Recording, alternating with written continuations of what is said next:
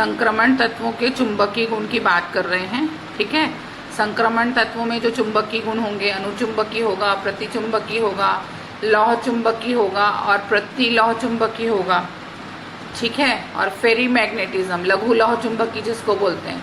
सबसे पहले बात करते हैं अपन अनुचुंबकीय पदार्थ की। ठीक है, वे पदार्थ जो बाह्य चुंबकीय क्षेत्र की तरफ दुर्बल रूप से आकर्षित होते हैं।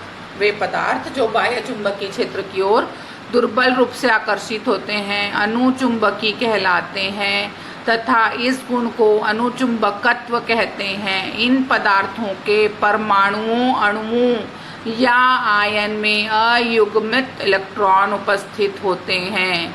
चुंबकीय क्षेत्र हटा लेने पर इनका चुंबकत्व समाप्त हो जाएगा। बहुत इंपॉर्टेंट है। अनुचुंबकीय प्रतिचुंबकीय आप पहले से ही जानते हैं, पिछले साल भी सीख चुके हैं कि अगर अयुग्मित इलेक्ट्रॉन है तो वो चीज़ हमेशा अनुचुंबकीय होती है। एग्जाम्पल्स देखिए, O2 है, TiO2 है, कॉपर डाइपॉजिटिव है, आयरन डाइपॉजिटिव है, ऐसे बहुत से एग्जाम्पल हैं। और इनको इलेक्ट्रॉन के रूप में शो करना है तो आपको अयुग्मित इलेक्ट्रॉन के साथ दिखाना पड़ेगा। उसके बाद बात कर रहे हैं अपन प्रतिचुंबकीय की। ठीक है, देखिए प्रतिचुंबकीय में क्या करना है अपने को। वे पदार्थ जो बाह्य बिल्कुल उसी का उल्टा होगा जो ऊपर पढ़े अपन। वे पदार्थ जो बाह्य चुंबकीय क्षेत्र से दुर्बल रूप से प्रतिकर्षित होते हैं, वो प्रबलता से प्रतिकर्षित हो रहे थे, ये बहुत दुर्बलता से प्रतिकर्षित होंगे, प्रतिचुंबकीय पदार्थ कहलाते हैं तथा इनका यह गुण प्रतिचुंबकत्व कहलाता है। सेम वही बात लेकिन अपोजिट वे में। इन पदार्थों के परमाणु, अणु या आयनों में एक भी अयुग्मित इलेक्ट्रॉन नहीं होंगे, सभी के सभी इलेक्ट्रॉन युग्मित होंगे। इन दोनों इलेक्ट्रॉनों का चुंबकीय आघूर्ण एक दूसरे के प्रभाव को निरस्त कर देगा। दोनों के चुंबकीय आघूर्ण एक दूसरे के प्रभाव को निरस्त कर देंगे। एग्जाम्पल है N2 NaCl, लेकिन आपको संक्रमण तत्वों में देखना है TiO2 copper positive, zinc positive, ये देखिए। और ये देखिए पूरे के पूरे युग्मित इलेक्ट्रॉन को यहाँ पे हमने शो किया हुआ है। क्लियर है? आगे की बात देखिए। अब आ रही है बारी किसकी? लौह चुंबकत्व की। ठीक है, लौह चुंबकीय पदार्थ की बारी आ रही है।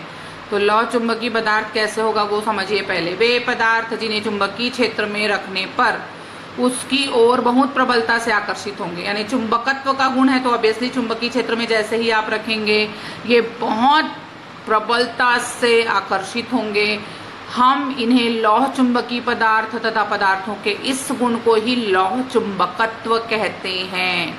ये पदार्थ चुंबकीय क्षेत्र की अनुपस्थिति में भी स्थायी चुंबकीय गुण दर्शाते हैं। यदि आपका वहाँ चुंबकीय क्षेत्र हो ना हो, इनमें स्थायी चुंबकत्व का गुण पाया जाता है। क्लियर है?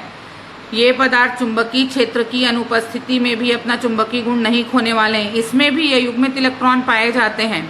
अयुग्मित इलेक्ट्रॉन रहेंगे तभी चुंबकीय गुण रहेगा। ठोस अवस्था में लौह चुंबकीय पदार्थों के आयन छोटे खंडों के रूप में एक साथ समूह बना लेते हैं। जब ये ठोस अवस्था में रहेंगे तो लौह चुंबकीय पदार्थों के जो आयन्स हैं वो छोटे छोटे खंडों में जुड़कर एक ग्रुप बना लेंगे, क्योंकि चुंबकत्व का गुण है तो एक दूसरे को आकर्षित करके, चुंबकत्व के गुण के कारण एक दूसरे को आकर्षित करके छोटे छोटे ग्रुप में कन्वर्ट हो जाते हैं। क्लियर?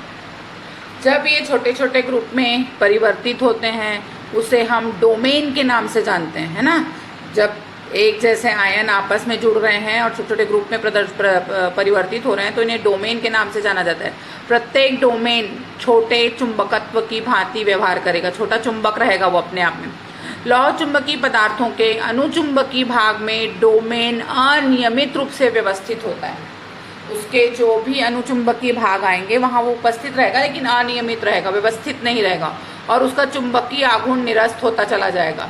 पदार्थ को चुंबकीय क्षेत्र में रखने पर सभी डोमेन चुंबकीय क्षेत्र की दिशा में अभिविन्यस्त हो जाते हैं। जितने भी डोमेन्स बनेंगे वो चुंबकीय क्षेत्र की दिशा में ही अभिविन्यस्त हो जाएंगे या हो जाते हैं और प्रबल चुंबकीय क्षेत्र का प्रभाव उत्पन्न करते हैं।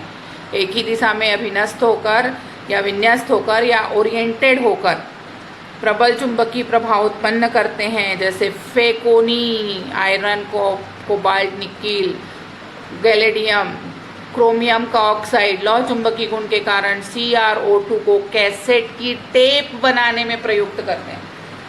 बहुत पुराने समय की बात है जब आप ऑडियो टेप वगैरह सुना करते थे, रील्स तो अभी भी होती हैं, तो वो जो टेप होती मैग्नेटिक टेप होती थी, जब हम उसको रिकॉर्डर में चलाते थे तो मैग्नेटिक वेव्स के साथ ही वो चलती थी, वो होती थी CrO2 की, जिसमें आपका लौह चुंबकीय गुण पाया जाता था। तो देखिए लौह चुंबकीय क्षेत्र में जो डोमेन है वो किस तरह से अपने आप के व्यवस्था के कारण इलेक्ट्रॉन को शो करवाते हैं। देखिए सब एक ही दिशा में दिख रहे हैं आपको सारे इलेक्ट्रॉन, ठीक है।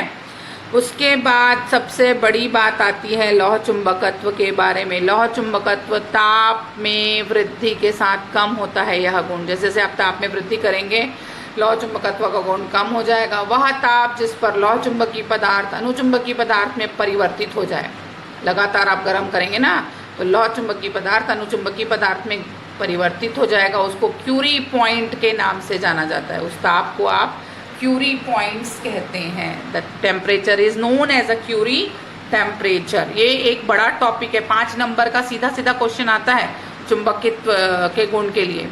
अब आते हैं अपन एंटी फेरोमैग्नेटिज्म की बात करने के लिए। एंटी फेरोमैग्नेटिज्म की बात करने से पहले प्रति लौह चुंबकीय पदार्थ की बात हो रही है, तो क्या क्या होता है समझ लीजिए। जब बराबर संख्या में अयुग्मित इलेक्ट्रॉन विपरीत दिशा में संरेखित, एक दूसरे के विपरीत है ना, अलाइनमेंट जो रहेगा वो विपरीत रहेगा, संरेखित यानी अलाइनमेंट होते हैं, तो उन्हें उनका जो चुंबकीय आघूर्ण होता है, इलेक्ट्रॉन चक्रण एक दूसरे को निरस्त कर देता है। जब बराबर संख्या में अयुग्मित इलेक्ट्रॉन विपरीत दिशा में संरेखित होते हैं तो उनके चुंबकीय आघूर्ण एक दूसरे को निरस्त कर देते हैं। ऐसे ही पदार्थों को हम प्रति लौह चुंबकत्व पदार्थ के नाम से जानते हैं। इनका भी चुंबकीय आघूर्ण 0 हो जाएगा। एग्जाम्पल देख लीजिए आप, Fe2O3 है, पूरे पूरे पूरे के डी ब्लॉक के एलिमेंट, MnO2, NiO2, V2O3, क्रोमेट्स, ऐसे बहुत सारे। और देखिए इनका इलेक्ट्रॉन का ओरिएंटेशन कैसा जा रहा है, एक सीधा जा रहा है, एक plus half minus half plus half minus half के हिसाब से चल रहे हैं अपन, ठीक है। लास्ट चुंबकीय गुण फेरी चुंबकीय गुण, लघु लौह चुंबकत्व बोलते हैं इसी को हिंदी में, ठीक है। फेरी मैग्नेटिज्म को ही लघु लौह चुंबकत्व बोलते हैं। 5 नंबर का ये श्योर शॉर्ट क्वेश्चन जो आता ही है।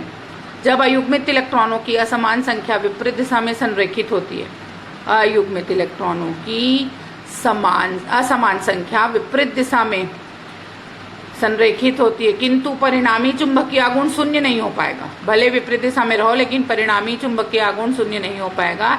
ऐसे ही पदार्थ को हम फेरीमैग्नेटिज्म के नाम से जानते हैं। जैसे Fe3O4 है, MgFe2O4 है, ZnFe2O4 है, फेराइट्स वगैरह हैं, ये जिंकाइट फेराइट। देखिए ये दो एक दिशा में गए, फिर विपरीत हुआ, फिर एक दिशा हुई। तो बहुत ध्यान से इसके डायग्राम्स जो इलेक्ट्रॉनिक विन्यास वाले हैं बनाइएगा, इतना लाइटली मत लीजिएगा इसको।